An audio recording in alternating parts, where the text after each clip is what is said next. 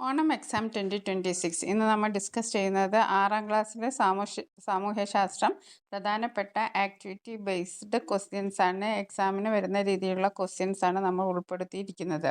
അപ്പോൾ നമുക്ക് ആദ്യത്തെ ചോദ്യം നോക്കാം. ശിലായുഗ ഘട്ടങ്ങളുടെ സവിശേഷതകളെ അടിസ്ഥാനമാക്കി തയ്യാറാക്കിയ താഴെ പറയുന്ന വിവരങ്ങളിൽ നവീന ശിലായുഗത്തിൽ പൊരുത്തപ്പെടാത്തത് ഏത്? നവീന ശിലായുഗത്തിൽ ബന്ധപ്പെട്ടതല്ലാത്തത് ഏത് എന്നാണ് ചോദ്യം. കൂടുതൽ പരിഷ്കരിച്ചതും മിനുസമുള്ളതുമായ കല്ലുപകരണങ്ങൾ ഉപയോഗിച്ചു. പരുക്കൻ കല്ലുകൾ ഉപകരണങ്ങളാക്കി വേട്ടയാടലും ശേഖരണവും നടത്തി. കൃഷി ആരംഭിച്ചു. ചക്രം കണ്ടുപിടിക്കുകയും മൺപാത്ര നിർമ്മാണം ആരംഭിക്കുകയും ചെയ്തു. അപ്പോൾ ഇതിൽ നവീന ശിലായുഗത്തിന് ചേരാത്തത് ഏതാണ്? ഓപ്ഷൻ ബി ആണ്. ബാക്കിയെല്ലാം നവീന ശിലായുഗത്തുമായി ബന്ധപ്പെട്ട കാര്യങ്ങളാണ്. നവീന ശിലായുഗത്തിലാണ് കൂടുതൽ പരിഷ്കരിച്ചതും അതേപോലെ മിനുസമുള്ളതുമായ ഉപകരണങ്ങൾ ഉപയോഗിച്ചത്. കൃഷി ആരംഭിച്ചത് നവീന ശിലായുഗത്തിലാണ്. ചക്രം കണ്ടുപിടിക്കുകയും മൺപാത്ര നിർമ്മാണം ആരംഭിക്കുകയും ചെയ്തത് നവീന ശിലായുഗത്തിലാണ്. ഇത് നവീന ശിലായുഗത്തിലുമായി ബന്ധപ്പെടാത്തത് പരുക്കൻ കല്ലുകൾ ഉപകരണങ്ങളാക്കി വേട്ടയാടലും ശേഖരണവും നടത്തി. അപ്പോൾ പരുക്കൻ കല്ലുകൾ ഉപയോഗിച്ച് വേട്ടയാടിയത് പ്രാചീന ശിലായുഗത്തിലാണ്. പരുക്കൻ കല്ലുകൾ ഉപയോഗിച്ച് വേട്ടയാടിയത് പ്രാചീന ശിലായുഗത്തിലാണ്. കൃഷിയും ചക്രത്തിൻ്റെ ഉപയോഗവും മൺപാത്ര നിർമ്മാണവും ആരംഭിച്ചത് നവീന ശിലായുഗത്തിലാണ്. ഇനി അടുത്ത ചോദ്യം നോക്കാം. ഇന്ത്യയിലെ പ്രശസ്തമായ ശിലായുഗ ഗുഹാകേന്ദ്രമായ ഭീംബെട്കയെക്കുറിച്ചുള്ള വിവരങ്ങൾ അടങ്ങിയ പട്ടിക പൂർത്തിയാക്കുക. സംസ്ഥാനം ഭീംബെട്ക സംസ്ഥാനം ഏതാണ്? മധ്യപ്രദേശാണ്. പ്രത്യേകത: പ്രാചീന മനുഷ്യരുടെ ജീവിത രീതിയും ആശയവിനിമയവും വ്യക്തമാക്കുന്ന ഡാഷ് ഇവിടെ കാണാം. എന്താണ് അവിടെ കാണുന്നത്? ഭീംബെട്ക എന്നത് പറയുന്നത് എന്താണ്? 4 ഓപ്ഷൻസ് തന്നിട്ടുണ്ട്. മൺപാത്രങ്ങൾ, ഗുഹാചിത്രങ്ങൾ, നാണയങ്ങൾ, ലോഹായുധങ്ങൾ. അപ്പോൾ ഭീംബെട്കയിൽ എന്താണ്? ഗുഹാചിത്രങ്ങളാണ് നമ്മൾ കാണുന്നത്. ഓക്കെ. അപ്പോൾ ഇന്ത്യയിൽ ശിലായുഗ മനുഷ്യർ അധിവസിച്ചിരുന്ന ഒരു പ്രധാന ഗുഹാകേന്ദ്രമാണ് ഭീംബെട്ക. ഭീംബെട്ക എന്ന് പറഞ്ഞാൽ ശിലായുഗ മനുഷ്യർ അധിവസിച്ചിരുന്ന ഒരു ഗുഹാകേന്ദ്രമാണ് ഭീംബെട്ക. ആദിമ മനുഷ്യരുടെ ആശയവിനിമയത്തിൻ്റെയും വിനോദത്തിൻ്റെയും തെളിവുകളാണ് ഇവിടുത്തെ ഗുഹാചിത്രങ്ങൾ. അപ്പം ഭീംബെട്ക എവിടെയാണ്? ഗുഹാചിത്രങ്ങൾക്ക് പ്രശസ്തമാണ്. മധ്യപ്രദേശിലാണ്. ഇനി അടുത്ത ചോദ്യം നോക്കാം. ചരിത്രത്തിലെ കാലഗണനയുമായി BCE CE ബന്ധപ്പെട്ട പ്രസ്താവനകളിൽ ശരിയായത് ഏതാണ്? BCE എന്നാൽ ബിഫോർ കോമൺ എറ അഥവാ പൊതുവർഷത്തിന് മുമ്പ് എന്നാണ്. CE എന്ന കോമൺ ഇറ എന്നാൽ പൊതുവർഷം എന്നാണ്. യേശുക്രിസ്തുവിൻ്റെ ജനനത്തെ അടിസ്ഥാനമാക്കിയാണ് മുൻകാലങ്ങളിൽ BC AD എന്നിവ വിഭജിച്ചിരുന്നത്. മുകളിൽ നൽകിയ എല്ലാം ശരിയാണ്. ഇതിൽ ശരിയായ പ്രസ്താവന എന്താണ്? ഇതെല്ലാം ശരിയാണ്. BCE CEയുമായി ബന്ധപ്പെട്ട കാര്യങ്ങളാണ്. ബിഫോർ കോമൺ എറ BCE, കോമൺ എറ BCE. പിന്നെ യേശുവിൻ്റെ ജനനത്തെ അടിസ്ഥാനമാക്കിയിട്ടാണ് ഇതൊക്കെ രൂപപ്പെടുത്തിയിരിക്കുന്നത്. അപ്പോൾ എല്ലാ പോയിന്റുകളും ശരിയാണ്. ഓപ്ഷൻ ഡി ആണ് ശരിയായ ഉത്തരം. ക്രിസ്തുവിന് മുമ്പുള്ള കാലം BC എന്നും ശേഷമുള്ള കാലം AD എന്നും അറിയപ്പെടുന്നു. ഇവ യഥാക്രമം BCE CE എന്നിങ്ങനെ ഉപയോഗിക്കുന്നു. ഇനി അടുത്ത ചോദ്യം നോക്കാം. പുരാതന സസ്യങ്ങൾ, മൃഗങ്ങൾ, മനുഷ്യർ എന്നിവയുടെ പാറകളിൽ പതിഞ്ഞിരിക്കുന്ന ദശലക്ഷക്കണക്കിന് വർഷം പഴക്കമുള്ള അവശിഷ്ടങ്ങളെ വിളിക്കുന്ന പേരെന്ത്? അക്വിഡക്റ്റ്, ഫോസിലുകൾ, അക്കാദമി, സാമ്രാജ്യങ്ങൾ. അപ്പോൾ ഫോസിലുകളാണ് ഉത്തരം. ഫോസിലുകൾ എന്ന് പറഞ്ഞാൽ എന്താണ്? പുരാതന സസ്യങ്ങൾ, മൃഗങ്ങൾ, മനുഷ്യർ എന്നിവയുടെ പാറകളിൽ പതിഞ്ഞിരിക്കുന്ന ദശലക്ഷക്കണക്കിന് വർഷം പഴക്കമുള്ള അവശിഷ്ടങ്ങളാണ് ഫോസിലുകൾ. ഫോസിലുകളുടെ ശാസ്ത്രീയമായ കാലപ്പഴക്കം നിർണയിച്ചാണ് മനുഷ്യപരിണാമ ചരിത്രം രൂപപ്പെടുത്തുന്നത്. സസ്തനികളിലെ ഒരു വിഭാഗമായ പ്രമേറ്റുകളിൽ നിന്നാണ് മനുഷ്യപരിണാമം ആരംഭിക്കുന്നത്. ചോദ്യം നോക്കാം. മനുഷ്യ ആദ്യം ഉപയോഗിച്ച ലോകവും വെങ്കലയുഗം എന്നറിയപ്പെടുന്ന കാലഘട്ടത്തിന്റെ രൂപീകരണത്തിലേക്ക് നയിച്ച ഘടകവും എന്ത്? മനുഷ്യൻ ആദ്യം ഉപയോഗിച്ച ലോകം ഏതാണ്? ചെമ്പാണ്. അപ്പോൾ നമുക്ക് ഓപ്ഷൻസ് നോക്കാം. ഇരുമ്പും ചെമ്പും ചേർന്ന ലോഹസങ്കരം, അത് തെറ്റാണ്. ബി ചെമ്പും ഈയവും കൂട്ടിച്ചേർത്തുണ്ടാക്കിയ വെങ്കലം, അതാണ് ശരി. മനുഷ്യൻ ആദ്യമായിട്ട് ഉപയോഗിച്ച ലോഹം ഏതാണ്? ചെമ്പാണ്. ചെമ്പ് കാഠിന്യവും ഉറപ്പും കുറവായതിനാൽ ചെമ്പും ഈയവും കൂട്ടിച്ചേർത്ത് വെങ്കലം നിർമ്മിച്ചു. വെങ്കലം കൊണ്ടുള്ള ആയുധങ്ങളും ഉപകരണങ്ങളും ഉപയോഗിച്ചിരുന്ന കാലഘട്ടമാണ് വെങ്കലയുഗം എന്നറിയപ്പെടുന്നത്. ഇനി അടുത്തത്, നവീന ശിലായുഗത്തിലെ സ്ഥിരവാസവും അതിനുശേഷമുണ്ടായ മാറ്റങ്ങളും ശരിയായ ക്രമത്തിൽ നൽകിയിരിക്കുന്ന ഓപ്ഷൻ ഏതാണ്? വാസസ്ഥലങ്ങൾ നിർമ്മിച്ചു തുടങ്ങി സ്ഥിരവാസ കേന്ദ്രങ്ങൾ ക്രമേണ ഗ്രാമങ്ങളായും നഗരങ്ങളായും വികാസം പ്രാപിച്ചു. സംഘടിത സാമൂഹിക ജീവിതത്തിന് തുടക്കം കുറിച്ചു. അപ്പോൾ ആദ്യം വരുന്നത് എന്താണ്? വാസസ്ഥലങ്ങൾ നിർമ്മിച്ചു. രണ്ടാമത് വരുന്നത് സംഘടിത സാമൂഹിക ജീവിതത്തിന് തുടക്കം കുറിച്ചു. മൂന്നാമതാണ് സ്ഥിരവാസ കേന്ദ്രങ്ങൾ ക്രമേണ ഗ്രാമങ്ങളായും നഗരങ്ങളായും വികാസം പ്രാപിച്ചു. അപ്പോൾ അതിൻ്റെ ഓർഡർ വരുന്നത് 1, 3 ആണ്. ഓപ്ഷൻ ബി ആണ്. അപ്പോൾ ഇതുമായി ബന്ധപ്പെട്ട പോയിന്റുകൾ നോക്കാം. കൃഷിയുടെ ആരംഭത്തോടെ മനുഷ്യർ കൃഷിയിടങ്ങൾക്ക് സമീപം സ്ഥിരവാസം ആരംഭിച്ചു. വാസസ്ഥലങ്ങൾ നിർമ്മിച്ച് ജനങ്ങൾ തമ്മിൽ ഇടപഴകുകയും സംഘടിത സാമൂഹിക ജീവിതം ആരംഭിക്കുകയും ചെയ്തു. സ്ഥിരവാസ കേന്ദ്രങ്ങൾ പിന്നീട് ഗ്രാമങ്ങളും നഗരങ്ങളുമായി വളർന്നു. ഇനി അടുത്ത ചോദ്യം നോക്കാം. വെങ്കലത്തിൻ്റെ ഉപയോഗവും അതിലൂടെ മനുഷ്യ ജീവിതത്തിലുണ്ടായ മാറ്റങ്ങളും താഴെ കൊടുത്തിരിക്കുന്നു. ശരിയായ ക്രമം ഏത്? വെങ്കലം കൊണ്ടുള്ള ഉപകരണങ്ങൾ കൃഷിയിടങ്ങൾ വ്യാപിപ്പിക്കുന്നതിന് സഹായിച്ചു. കാർഷികോൽപാദന വർധനവ് ഉൽപ്പന്നങ്ങളുടെ കൈമാറ്റത്തിനും കൈമാറ്റ കേന്ദ്രങ്ങളുടെ വികാസത്തിനും വഴിയൊരുക്കി. കൈമാറ്റ കേന്ദ്രങ്ങൾ പിൽക്കാലത്ത് പട്ടണങ്ങളായും നഗരങ്ങളായും രൂപാന്തരപ്പെട്ടു. കൃഷിയിടങ്ങളുടെ വ്യാപനം കാർഷികോൽപാദന വർധനവിന് കാരണമായി. അപ്പോൾ ഇവിടെ ആദ്യം സംഭവിച്ചത് എന്താണ്? ഒന്നാമത്തെ തന്നെയാണ്. വെങ്കലം കൊണ്ടുള്ള ഉപകരണങ്ങൾ കൃഷിയിടങ്ങൾ വ്യാപിപ്പിക്കുന്നതിന് സഹായിച്ചു. പിന്നെ നടന്നത് എന്താണ്? കൃഷിയിടങ്ങൾ വ്യാപിച്ചത് എന്താണ്? കാർഷികോൽപാദനം വർദ്ധിച്ചു. അപ്പോൾ 1, 4. പിന്നെ എന്താണ്? ഈ കാർഷികോൽപാദന വർധനവ് ഉൽപ്പന്നങ്ങളുടെ കൈമാറ്റത്തിനും കൈമാറ്റ കേന്ദ്രങ്ങളുടെ വികാസത്തിനും വഴിയൊരുക്കി. പിന്നെ ലാസ്റ്റ് വരുന്ന മൂന്നാമത്താണ് കൈമാറ്റ കേന്ദ്രങ്ങൾ പിൽക്കാലത്ത് പട്ടണങ്ങളായും നഗരങ്ങളായും രൂപപ്പെട്ടു. അപ്പോൾ ഓപ്ഷൻ വരുന്ന ഓപ്ഷൻ എ ആണ്. ഇനി വെങ്കല ഉപകരണങ്ങൾ കാർഷിക മേഖലയിലെ ഉൽപാദന വളർച്ചയ്ക്ക് സഹായിച്ചു. ഈ മാറ്റങ്ങൾ നഗരങ്ങൾ കേന്ദ്രീകരിച്ചുള്ള വലിയ വെങ്കലയുഗ സംസ്കാരങ്ങളുടെ രൂപീകരണത്തിന് വഴിതെളിച്ചു. ഇനി അടുത്ത ചോദ്യം നോക്കാം. വെങ്കല യുഗത്തിൽ നിലനിന്നിരുന്ന പ്രധാന 4 സംസ്കാരങ്ങളെ അവ വികസിച്ചു വന്ന നദീതടങ്ങളുമായി ശരിയായി ജോഡി ചേർത്ത പട്ടിക ഏതാണ്? അപ്പോൾ മെസോപ്പൊട്ടേമിയ നമുക്കറിയാം, ടൈഗ്രിസ്, യൂഫ്രട്ടീസ് 1, 3 ആയിട്ടാണ് യോജിച്ച് നിൽക്കുന്നത്. ഈജിപ്ഷ്യൻ നമുക്കറിയാം നൈൽ നദിയാണ്. അപ്പോൾ 2, 4. ഹാരപ്പൻ സിന്ധു നദി, ചൈനീസ് ഹൊയാഹോ നദി. അപ്പോൾ ഓപ്ഷൻ വരുന്നത് എ ആണ്. ഓക്കെ. മെസോപ്പൊട്ടേമിയൻ സംസ്കാരം ടൈഗ്രിസ്, യൂഫ്രട്ടീസ് നദികളാണ്. ഈജിപ്ഷ്യൻ സംസ്കാരം നൈൽ നദിയാണ്. ഹാരപ്പൻ സംസ്കാരം സിന്ധു നദിയാണ്. ചൈനീസ് സംസ്കാരം ഹൊയാഹോ നദിയാണ്. ഇനി അടുത്ത നോക്കൂ. മധ്യശിലായുഗത്തിൻ്റെ സവിശേഷതകളിൽ പെടാത്ത പ്രസ്താവന ഏത്? സൂക്ഷ്മശിലാ ഉപകരണങ്ങൾ ഉപയോഗിച്ചും മൃഗത്തോലും മരത്തോലും ഇലകളും വസ്ത്രങ്ങളാക്കി ഭക്ഷ്യയോഗ്യമായ പുല്ലിനങ്ങളും മത്സ്യവും ഭക്ഷണമാക്കി ചക്രം കണ്ടുപിടിക്കുകയും മൺപാത്ര നിർമ്മാണം ആരംഭിക്കുകയും ചെയ്തു. അപ്പോൾ ഇതിൽ മധ്യശിലായുഗത്തിൻ്റെ സവിശേഷത അല്ലാത്തത് ഏതാണ്? ഓപ്ഷൻ ഡി ആണ്. ചക്രം കണ്ടുപിടിക്കുകയും മൺപാത്ര നിർമ്മാണം ആരംഭിക്കുകയും ചെയ്തു. അത് ചെയ്തത് ഏത് കാലഘട്ടത്തിലാണ്? നമ്മൾ നേരത്തെ പറഞ്ഞ നവീന ശിലായുഗത്തിലാണ്. അപ്പം ചക്രം കണ്ടുപിടിക്കുകയും മൺപാത്ര നിർമ്മാണം ആരംഭിച്ചതും നവീന ശിലായുഗത്തിലാണ്. സൂക്ഷ്മശിലാ ഉപകരണങ്ങളുടെ ഉപയോഗമാണ് മധ്യശിലായുഗത്തിൻ്റെ പ്രധാന സവിശേഷത. ഇനി അടുത്ത ചോദ്യം നോക്കാം. പ്രാചീന ശിലായുഗത്തിലെ മനുഷ്യജീവിതത്തെക്കുറിച്ചുള്ള ശരിയായ പ്രസ്താവന ഏത്? ശിലായുഗത്തിലെ ആദ്യഘട്ടമാണ്. പരുക്കൻ കല്ലുകൾ ഉപകരണമാക്കി. ശേഖരണവും വേട്ടയാടലുമാണ് ഇവയുടെ പ്രധാന ഉപജീവന മാർഗം. മുകളിൽ പറഞ്ഞവയെല്ലാം ശരിയാണ്. അപ്പം പ്രാചീന ശിലായുഗത്തിലെ മനുഷ്യജീവിതത്തെക്കുറിച്ച് ഉള്ള കാര്യങ്ങൾ തന്നെയാണ് ഇതെല്ലാം. ഇതിൽ തെറ്റായ പ്രസ്താവന ഒന്നുമില്ല. അപ്പോൾ ഓപ്ഷൻ ഡി ആണ് ശരിയായ ഉത്തരം. പ്രാചീന ശിലായുഗ മനുഷ്യർ പരുക്കൻ ആയുധങ്ങളാണ് ഉപയോഗിച്ചിരുന്നത്. വേട്ടയാടലും കാട്ടുവിഭവങ്ങൾ ശേഖരിക്കലുമാണ് പ്രധാന ജീവനമാർഗം. നോക്കാം. ലോകത്ത് എഴുതപ്പെട്ടതിൽ വെച്ച് ഏറ്റവും പഴക്കമേറിയ നിയമസംഹിതയുമായി അറിയപ്പെടുന്ന ഹമ്മുറബിയുടെ നിയമസംഹിതയുമായി ബന്ധപ്പെട്ട പ്രസ്താവന. തെറ്റായ പ്രസ്താവന ആണ് എഴുതേണ്ടത്.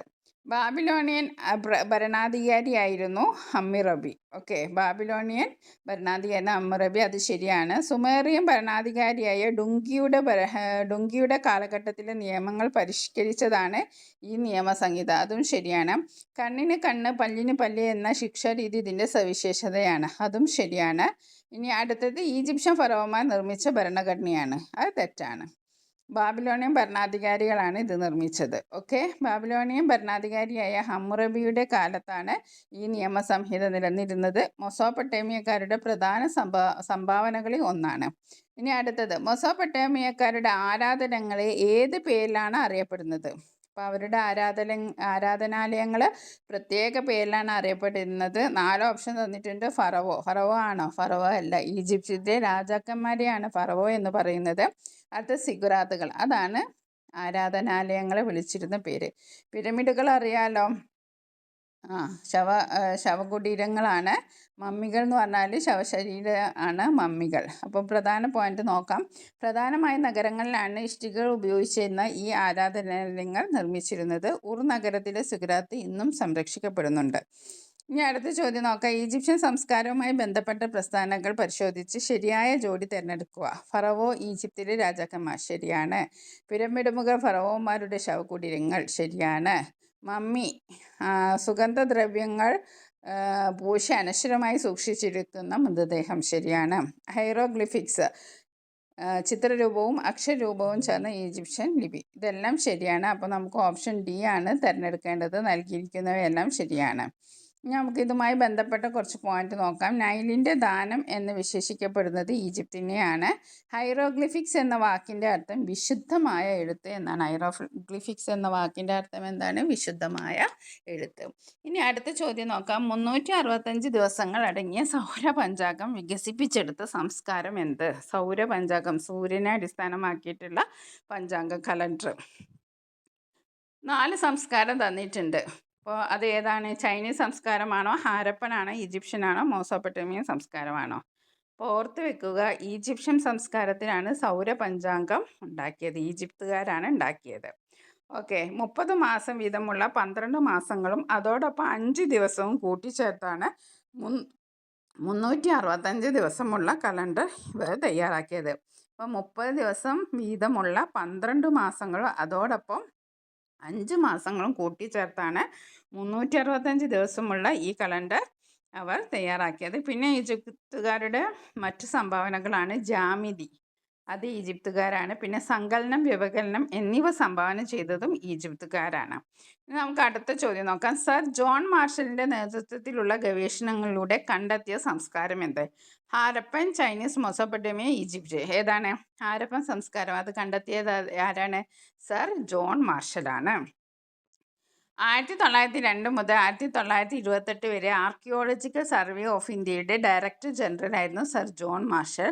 ഇന്ത്യയിലെ ഒന്നാം നഗരവൽക്കരണം എന്ന ഹാരപ്പൻ സംസ്കാരത്തെ വിശേഷിപ്പിക്കുന്നു. എന്താണ്? ഒന്നാം നഗരവൽക്കരണം എന്ന ഹാരപ്പൻ സംസ്കാരത്തെ വിശേഷിപ്പിക്കുന്നു. ഇനി ഹാരപ്പൻ സംസ്കാരത്തിലെ പ്രധാന നഗരമായ മോഹൻജദാരോ, അതിൻ്റെ ഏറ്റവും സവിശേഷമായ നിർമ്മിതി ഏതാണ്? സുഗുറാത്ത്, വലിയകുളം, ഗിസയിലെ പിരമിഡ്, അക്വിഡക്റ്റ്. അപ്പം മോഹൻജദാരോ എന്ന് പറയുമ്പോൾ ഓർമ്മയിലേക്ക് വരുന്നത് വലിയ കുളം, അതായത് ഗ്രേറ്റ് ബാത്താണ്. ഓക്കെ. കുളങ്ങളിലേക്ക് ഇറങ്ങാൻ ഇരുവശവും പടവുകളും കുളിക്കുവാനായി കുളിമുറികളും ഉണ്ടായിരുന്നു. ശുദ്ധജലം നിറയ്ക്കാനും മലിനജലം പുറത്തേക്ക് ഒഴുക്കാനുമുള്ള സംവിധാനം ഇവിടെ നിലനിന്നിരുന്നു. പിന്നെ കൃത്യമായ നഗരാസൂത്രണവും മലിനജല നിഷ്കാസന അഴുക്കുചാൽ സംവിധാനവും ഹാരപ്പൻ സംസ്കാരത്തിൻ്റെ സവിശേഷതകളാണ്. ഹാരപ്പൻ ജനതയുടെ നെല്ല് കൃഷിയെക്കുറിച്ചുള്ള തെളിവുകൾ ലഭിച്ച ഗുജറാത്തിലെ പ്രധാന സ്ഥലങ്ങൾ ഏതെല്ലാമാണ്? നെല്ല് ഹാരപ്പൻ ജനത നെല്ല് കൃഷി ചെയ്തിരുന്നു. അപ്പോൾ അതിനുള്ള തെളിവുകൾ നമുക്ക് എവിടെ നിന്നൊക്കെയാണ് കിട്ടുന്നത്? അത് ഗുജറാത്തിലെ 2 സ്ഥലങ്ങളിലാണ്. അപ്പോൾ ഇവിടെ ഓപ്ഷൻ തന്നിരിക്കുന്നതിൽ ഓപ്ഷൻ ബി ആണ് ശരിയായ ഉത്തരം. രംഗ്പൂറും ലോത്തലുമാണ്. ഓക്കെ. ഹാരപ്പൻ ജനതയുടെ പ്രധാന ഉപജീവനമാർഗം എന്തായിരുന്നു? കൃഷിയായിരുന്നു. ഹാരപ്പൻ ജനതയുടെ പ്രധാന ഉപജീവനമാർഗം എന്തായിരുന്നു? കൃഷിയായിരുന്നു. ഗുജറാത്തിലെ രംഗ്പൂർ, ലോത്തൽ എന്നിവിടങ്ങളിൽ നിന്ന് നെല്ല് കൃഷി ചെയ്തതിൻ്റെ തെളിവുകൾ ലഭിച്ചിട്ടുണ്ട്. ധാന്യങ്ങൾ സംഭരിക്കാനും സൂക്ഷിക്കാനുമായി ഹാരപ്പയിൽ ധാന്യപ്പുര ഉണ്ടായിരുന്നു. ഗ്രാനറി എന്നാണ് ധാന്യപ്പുരക്ക് പറയുന്നത്. ഇനി അടുത്തത്, ഹാരപ്പൻ ജനതയുടെ കരകൗശല വിദ്യയ്ക്കും കലാവൈദഗ്ധ്യത്തിനും തെളിവായി പാഠഭാഗത്ത് നൽകിയിരിക്കുന്ന വസ്തുക്കളിൽ പെടാത്തതേത്? ഇപ്പോൾ ഹാരപ്പൻ ജനത ഒരുപാട് വിദഗ്ധമുള്ള പല കാര്യങ്ങളും ചെയ്തിട്ടുണ്ട്. 4 ഓപ്ഷൻ തന്നിട്ടുള്ളതിൽ ഹാരപ്പൻ ജനതയുമായി ബന്ധപ്പെടാത്തത് ഇരുമ്പ് കൊണ്ടുള്ള ആയുധങ്ങളാണ്. അതിൽ നർത്തകിയുടെ വെങ്കല പ്രതിമ, കളിപ്പാട്ടങ്ങളും മൺപാത്രങ്ങളും മുദ്രകളും ആഭരണങ്ങളും ഇതൊക്കെ ഹാരപ്പൻ ജനതയുമായി ബന്ധപ്പെട്ടതാണ്. ഹാരപ്പൻ ജനത കളിമണ്ണ് കൊണ്ടും ശിലകൾ കൊണ്ടും മുദ്രകൾ നിർമ്മിച്ചിരുന്നു. സ്വർണം, വെള്ളി, മുത്തുകൾ, ചിപ്പികൾ എന്നിവ കൊണ്ടുണ്ടാക്കിയ മാലകളും കൈവളകളും കർണാഭരണങ്ങളും ഇവർ ഉപയോഗിച്ചിരുന്നു. ഇനി അടുത്തത്, ഹാരപ്പൻ ജനതയുടെ എഴുത്ത് വിദ്യയെക്കുറിച്ചുള്ള ശരിയായ പ്രസ്താവന ഏതാണ്? അക്ഷരങ്ങൾക്ക് പകരം ചിഹ്നങ്ങളാണ് ഉപയോഗിച്ചത്. മുദ്രകളിലാണ് ഇവരുടെ എഴുത്ത് വിദ്യ കൂടുതലായും കാണപ്പെട്ടത്. ഹാരപ്പൻ ജനതയ്ക്ക് അവരുടേതായ എഴുത്ത് രീതി ഉണ്ടായിരുന്നു. അപ്പോൾ ഇതൊക്കെ മുകളിൽ പറഞ്ഞ ഓപ്ഷൻ ഡി എന്നാണ് ശരിയായ ഉത്തരം. ഇതൊക്കെ ഹാരപ്പൻ ജനതയുടെ എഴുത്തുവിദ്യയെക്കുറിച്ചുള്ള കാര്യങ്ങൾ തന്നെയാണ്. ഓപ്ഷൻ ഡി ആണ് ശരിയായ ഉത്തരം. ഹാരപ്പക്കാർ എഴുതാനായി അക്ഷരങ്ങൾക്ക് പകരം ചിഹ്നങ്ങളാണ് ഉപയോഗിച്ചിരുന്നത്. കളിമൺ മുദ്രകളിൽ ഇവരുടെ ചിഹ്ന രൂപത്തിലുള്ള എഴുത്ത് വിദ്യ കാണാം. ഇനി അടുത്ത ചോദ്യം നോക്കാം. ഹാരപ്പൻ സംസ്കാരത്തിൻ്റെ തകർച്ചയ്ക്ക് കാരണമായി ചരിത്രകാരന്മാർ ചൂണ്ടിക്കാണിക്കുന്ന ഘടകങ്ങളിൽ പെടുന്നത് ഏത്? കാലാവസ്ഥാ വ്യതിയാനം, നിരന്തരമുണ്ടായ പ്രളയം, വനനശീകരണം, ഭൂമിയുടെ അമിതമായ ഉപയോഗം. ഹാരപ്പൻ സംസ്കാരത്തിൻ്റെ തകർച്ചയ്ക്ക് കാരണമായിട്ടുള്ളത് ഓപ്ഷൻസ് തന്നിട്ടുണ്ട്. പക്ഷേ ഓപ്ഷൻ ഡി ആണ് ശരിയായ ഉത്തരം.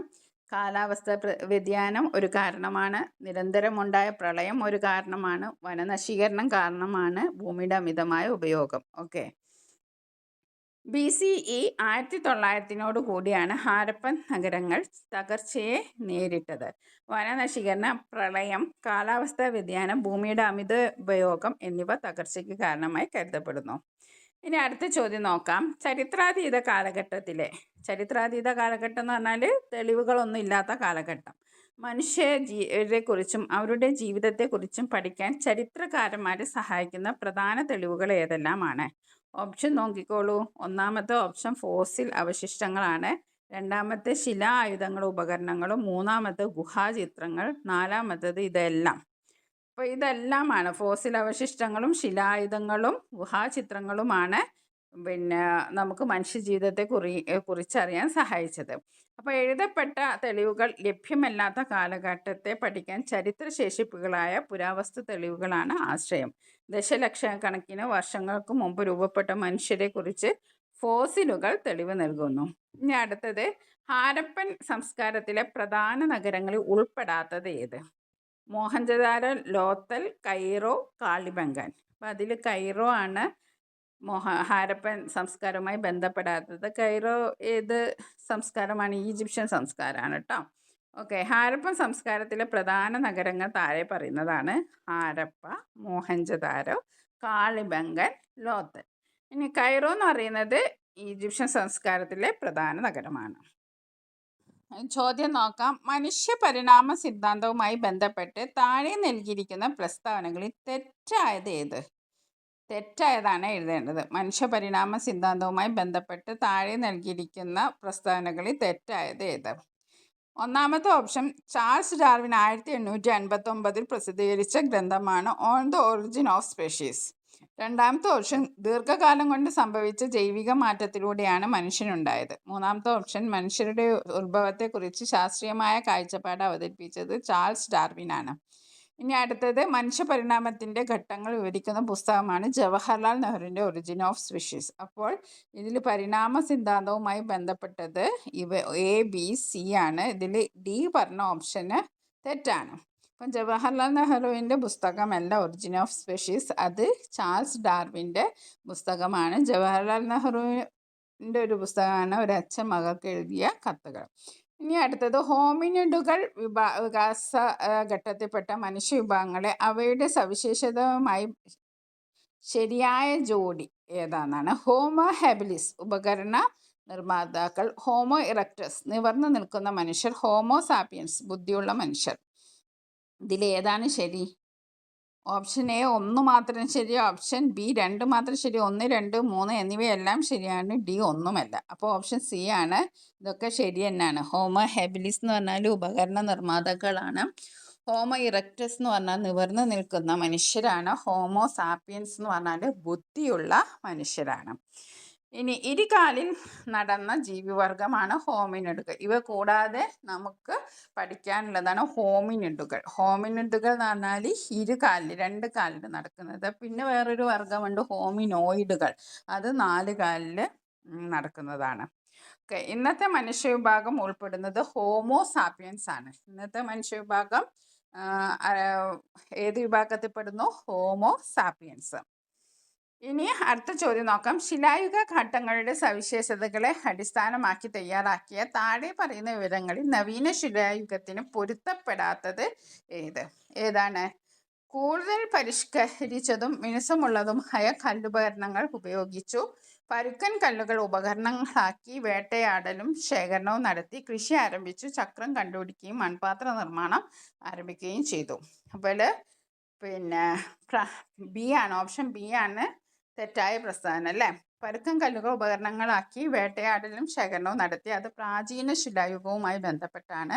നവീന ശിലായുഗത്തിൽപ്പെട്ടതാണ് കൃഷി, പിന്നെ ചക്രത്തിൻ്റെ ഉപയോഗം, മൺപാത്ര നിർമ്മാണം എന്നിവയൊക്കെ. ചോദ്യം നോക്കാം. മെസോപ്പൊട്ടേമിയൻ സംസ്കാരവുമായി ബന്ധപ്പെട്ട ക്യൂനിഫോം ലിപിയുടെ സവിശേഷതകളിൽ ഉൾപ്പെടാത്തത് ഏത്? അപ്പം ക്യൂനിഫോം ലിപിയുടെ സവിശേഷതയിൽ ഉൾപ്പെടാത്തത് ഏത് എന്നാണ് ചോദിച്ചത്. ആദ്യത്തെ ഓപ്ഷൻ ആപ്പിൻ്റെ ആകൃതിയിലുള്ള ചിത്രലിപിയാണ്. രണ്ടാമത്തേത് സുമേറിയക്കാരാണ് ഇത് വികസിപ്പിച്ചത്. മൂന്നാമത്തേത് വിശുദ്ധമായ എഴുത്ത് എന്നറിയപ്പെടുന്നു. നാലാമത്തേത് കളിമൺ ഫലകത്തിൻ്റെ ഈറത്തണ്ട് ഉപയോഗിച്ച് എഴുതിയിരുന്നു. അപ്പോൾ ക്യൂനിഫോം ലിപിയുമായി ബന്ധപ്പെടാത്തത് ഏതാണ്? വിശുദ്ധമായ എഴുത്ത് എന്നറിയപ്പെടുന്നു എന്നുള്ളതാണ്. വിശുദ്ധമായ എഴുത്ത് എന്നറിയപ്പെടുന്ന ഏതാണ്? ഈജിപ്ഷ്യൻ സംസ്കാരത്തിലെ ഹൈറോഗ്ലിഫിക്സ് ലിപിയാണ്. ഇനി അടുത്തത്, ഇന്ത്യയിലെ ജനപദങ്ങളുടെ വളർച്ച എന്ന വിഷയത്തിൽ സ്കൂളിൽ നടക്കുന്ന ചർച്ചയിൽ അവതരിപ്പിക്കാൻ പാഠഭാഗത്തെ അടിസ്ഥാനമാക്കി തയ്യാറാക്കുന്ന പ്രധാന ആശയങ്ങൾ പട്ടികപ്പെടുത്തുക. അപ്പോൾ ഇന്ത്യയിൽ ജനപദങ്ങളുടെ വളർച്ചയ്ക്ക് കാരണമായ കാര്യങ്ങൾ എഴുതാനാണ് പറഞ്ഞത്. എന്തൊക്കെയാണ്? ഇരുമ്പിൻ്റെ കണ്ടുപിടുത്തം, അതിൻ്റെ വ്യാപകമായ ഉപയോഗം, പിന്നെ കൃഷിയുടെ വ്യാപനം, ഉൽപാദനത്തിലുണ്ടായ വർധനവ്, വിപണനം ശക്തമായതിനെ തുടർന്ന് കച്ചവട കേന്ദ്രങ്ങളുടെ വികാസം, പിന്നെ കച്ചവട കേന്ദ്രങ്ങൾ കേന്ദ്രീകരിച്ച് നഗരങ്ങളും തുടർന്ന് ജനപദങ്ങളും രൂപപ്പെട്ടു. ഇനി അടുത്ത ചോദ്യം നോക്കാം. ചന്ദ്രഗുപ്ത മൗര്യന് മഗധയിൽ ശക്തമായ മൗര്യ രാജ്യം സ്ഥാപിക്കാൻ വഴികാട്ടിയായ ഗ്രന്ഥം ഏത്? അഷ്ടാംഗ മാർഗം, അർത്ഥശാസ്ത്രം, ത്രിരത്നങ്ങൾ, പ്രജാധർമ്മം. ഓക്കെ, അപ്പോൾ ഏതാണ്? ചന്ദ്രഗുപ്ത മൗര്യന് വഴികാട്ടിയായ ഗ്രന്ഥം ഏതാണ്? അർത്ഥശാസ്ത്രം. അതാരാണ് രചിച്ചത്? കൗടില്യനാണ്. ഇനി അടുത്ത്, ജൈന മതത്തിലെ ത്രിരത്നങ്ങളിൽ ഉൾപ്പെടാത്ത ആശയം ഏത്? ശരിയായ വിശ്വാസം, ശരിയായ അറിവ്, ശരിയായ പ്രവൃത്തി, കഠിനമായ തപസ്. അപ്പോൾ അതിൽ ഉൾപ്പെടാത്തത് ഡി ആണ്, കഠിനമായ തപസ്. ശരിയായ അറിവ്, ശരിയായ വിശ്വാസം, ശരിയായ പ്രവൃത്തി എന്നിവയാണ് ത്രിരത്നങ്ങൾ. ഇനി അടുത്തത്, ബീഹാറിലെ ബോധഗയയിൽ വെച്ച് ജ്ഞാനോദയം നേടിയതിനു ശേഷം സിദ്ധാർത്ഥൻ അറിയപ്പെട്ട പേര്? വർദ്ധമാന മഹാവീരൻ, ഗൗതമ ബുദ്ധൻ, ജിനൻ, കൗടില്യം. അപ്പോൾ ഗൗതമ ബുദ്ധൻ്റെ പഴയ പേരാണ് സിദ്ധാർത്ഥൻ. ഓപ്ഷൻ ബി ആണ് ശരിയായ അർത്ഥം. ഇനി അടുത്തത്, BCE 6-ാം നൂറ്റാണ്ടിൽ നിലനിന്ന 16 മഹാജനപദങ്ങൾ എന്ന വിഷയത്തെ ആസ്പദമാക്കി തയ്യാറാക്കാവുന്ന ആശയങ്ങൾ എഴുതുക. ജനങ്ങൾ അധിവസിച്ച സ്ഥലങ്ങളാണ് ജനപദങ്ങൾ എന്നറിയപ്പെടുന്നത്. പ്രബലമായ ജനപദങ്ങൾ അയൽ പ്രദേശങ്ങളെ കീഴടക്കി മഹാജനപദങ്ങളായി മാറി. കാശി, കോസലം, അവന്തി, മഗധ, അംഗം, വജി തുടങ്ങിയ 16 മഹാജനപദങ്ങൾ നിലനിന്നിരുന്നു. മഹാജനപദങ്ങളിൽ ഏറ്റവും പ്രബല ശക്തിയായി മാറിയത് മഗധയായിരുന്നു. ഇനി അടുത്തത്, ജിനൻ എന്ന പദത്തിൻ്റെ അർത്ഥം എന്താണ്? സന്യാസത്തിലൂടെ ജ്ഞാനം നേടിയവൻ, ലൗകിക സുഖങ്ങളെ കീഴടക്കിയവൻ, രാജാവിൻ്റെ ഉപദേശകൻ, ജനങ്ങൾ വസിക്കുന്ന സ്ഥലം. അപ്പം ജിനൻ എന്ന വാക്കിൻ്റെ അർത്ഥം ലൗകിക സുഖങ്ങളെ കീഴടക്കിയവൻ. ഇനി അടുത്ത ചോദ്യം നോക്കാം. റോമിൽ നിലനിന്നിരുന്ന ഭരണ സംവിധാനങ്ങളുടെ സവിശേഷതകളിൽ ഉൾപ്പെടാത്തത് ഏത്? BCE 6-ാം നൂറ്റാണ്ടിൽ റിപ്പബ്ലിക് ഭരണ സംവിധാനം നിലവിൽ വന്നു. സെനറ്റ് എന്ന ജനപ്രതിനിധി സഭയ്ക്കായിരുന്നു അധികാരം. ആദ്യമായി ജനപദങ്ങൾ രൂപീകരിച്ച റോമിലായിരുന്നു. സാമ്രാജ്യത്വ ഭരണകാലത്ത് സീസർ, അഗസ്റ്റസ് സീസർ എന്നിവ സാമ്രാജ്യം വിപുലീകരിച്ചു. അപ്പോൾ ഇതിൽ റോമുമായി ബന്ധപ്പെടാത്ത നമുക്കറിയാലോ ജനപദങ്ങളാണ്. ഓപ്ഷൻ സി ആണ്. മഗധ ശക്തമായ ഒരു മഹാജനപദമായി വളരാൻ സഹായിച്ച പ്രധാന ഘടകങ്ങളിൽ ഉൾപ്പെടാത്തത് ഏതാണ്? ഒന്നാമത്തെ ഓപ്ഷൻ ഗംഗയുടെയും പോഷക നദിയുടെയും സാമീപ്യം. രണ്ടാമത്തേത് സമ്പന്നമായ ഇരുമ്പയിര് നിക്ഷേപം. അടുത്തത്, മഗധയുടെ ആദ്യകാല തലസ്ഥാനം പാടലീപുത്രമായിരുന്നു. ശക്തരായ ഭരണാധികാരികളും സൈന്യവും. അപ്പോൾ മഗധയുമായി ബന്ധപ്പെടാത്ത ഏതാണ്? മഗധയുടെ ആദ്യകാല തലസ്ഥാനം പാടലീപുത്രമായിരുന്നു. അപ്പോൾ മഗധയുടെ ആദ്യകാല തലസ്ഥാനം രാജഗൃഹമായിരുന്നു. പിന്നീടാണ് പാടലിപുത്രത്തിലേക്ക് മാറിയത്. അപ്പം മഗധയുടെ വളർച്ചയ്ക്ക് കാരണം വളരെ ഇമ്പോർട്ടൻ്റ് ആയിട്ടുള്ള ചോദ്യമാണ്. ഫലഭൂയിഷ്ഠമായ മണ്ണും ഇരുമ്പയിരിൻ്റെ സാന്നിധ്യവും ശക്തരായ സൈന്യവുമാണ്. ഇനി അടുത്ത ചോദ്യം നോക്കാം. ഈജിപ്ഷ്യൻ സംസ്കാരത്തിലെ ഹൈറോഗ്ലിഫിക്സ് ലിപിയുടെ സവിശേഷതകളിൽ ഉൾപ്പെടാത്തത് ഏതാണ്? വിശുദ്ധമായ എഴുത്ത് എന്നറിയപ്പെടുന്നു. സുമേറിയക്കാരാണ് ഈ ലിപി വികസിപ്പിച്ചത്. ചിഹ്നരൂപവും അക്ഷരരൂപവും ചേർന്ന ലിപിയാണിത്. വലത്തു നിന്ന് ഇടത്തോട്ടാണ് എഴുതുന്നത്. ഇതിൽ ബി ഒഴിച്ച് ബാക്കിയെല്ലാം ശരിയാണ്. ഹൈറോഗ്ലിഫിക്സ് ലിപിയുടെ സവിശേഷത എന്ന് ചോദിച്ചാൽ നമുക്ക് ഓപ്ഷൻ എ എഴുതാം, വിശുദ്ധമായ എഴുത്ത്. പിന്നെ ഓപ്ഷൻ സി എഴുതാം, ചിഹ്നരൂപവും അക്ഷരരൂപവും ചേർന്നത്. പിന്നെ ഓപ്ഷൻ ഡി എഴുതാം, വലത്തു നിന്ന് ഇടത്തോട്ടാണ്. ഇതിൽ സുമേറിയക്കാരാണ് ഈ ലിപി വികസിപ്പിച്ചത് തെറ്റാണ്. ആരാണ് ഈ ലിപി വികസിപ്പിച്ചത്? അത് ഈജിപ്തുകാരാണ്. ഓക്കെ, സുമേറിയക്കാർ വികസിപ്പിച്ച ലിപിയുടെ പേരെന്താണ്? ക്യൂനിഫോം ലിപിയാണ്. ഓക്കെ, ഈജിപ്തുകാർ പാപ്പിറസ് താളുകളിലും കല്ലുകളിലുമാണ് ഈ ലിപി രേഖപ്പെടുത്തിയിരിക്കുന്നത്. ഇനി അടുത്തത്, ഇന്ത്യയിൽ ജനപദങ്ങൾ രൂപപ്പെട്ട ചരിത്ര വഴിയെ അടിസ്ഥാനമാക്കി കൃഷിയുടെ വ്യാപനവും നഗരങ്ങളുടെ വികാസവും എന്ന വിഷയത്തിൽ തയ്യാറാക്കുന്ന പ്രധാന ആശയങ്ങൾ കണ്ടുപിടിക്കുക. എന്താണ്? ജനപദങ്ങളെ അടിസ്ഥാനമാക്കി കൃഷിയിടങ്ങളുടെ വ്യാപനം എങ്ങനെ നഗരങ്ങളുടെ വികാസത്തിൽ എത്തിച്ചു എന്ന ചോദ്യമാണ്. അപ്പം ഇരുമ്പിൻ്റെ കണ്ടുപിടുത്തവും വ്യാപകമായ ഉപയോഗവും, പിന്നെ കൃഷി വ്യാപിച്ചു, അപ്പോൾ മിച്ചോൽപാദനം ഉണ്ടായി, കച്ചവട കേന്ദ്രങ്ങൾ വികസിച്ചു, അവ നഗരങ്ങളായി മാറി, നഗരങ്ങൾ കേന്ദ്രീകരിച്ച് ജനപദങ്ങൾ രൂപപ്പെട്ടു. ഓക്കെ, ഇനി അടുത്ത ചോദ്യം. കൗടില്യൻ രചിച്ച അർത്ഥശാസ്ത്രം എന്ന ഗ്രന്ഥവുമായി ബന്ധപ്പെട്ട ശരിയായ പ്രസ്താവന ഏത്? ജൈനമത തത്വങ്ങൾ വിശദീകരിക്കുന്ന ഗ്രന്ഥം. ചന്ദ്രഗുപ്ത മൗര്യനെ ഭരണത്തിൽ സഹായിക്കുകയും രാജ്യഭരണത്തെക്കുറിച്ച് വിശദീകരിക്കുകയും ചെയ്യുന്ന ഗ്രന്ഥം. റോമാ സാമ്രാജ്യത്തിലെ റിപ്പബ്ലിക് ഭരണത്തെക്കുറിച്ചുള്ള പുസ്തകം. ബുദ്ധമത ആശയ ഗ്രന്ഥങ്ങൾ അടങ്ങിയ ഗ്രന്ഥം. അപ്പോൾ ഇതിൽ ശരിയായ കൗടില്യൻ രചിച്ചതാണ് അർത്ഥശാസ്ത്രം. അപ്പോൾ ഇതിൽ ശരിയായ ഓപ്ഷൻ ഏതാണ്? ചന്ദ്രഗുപ്ത മൗര്യനെ ഭരണത്തിൽ സഹായിക്കുകയും രാജ്യഭരണത്തെ വിശദീകരിക്കുകയും ചെയ്യുന്ന ഗ്രന്ഥമാണ് എന്ത്?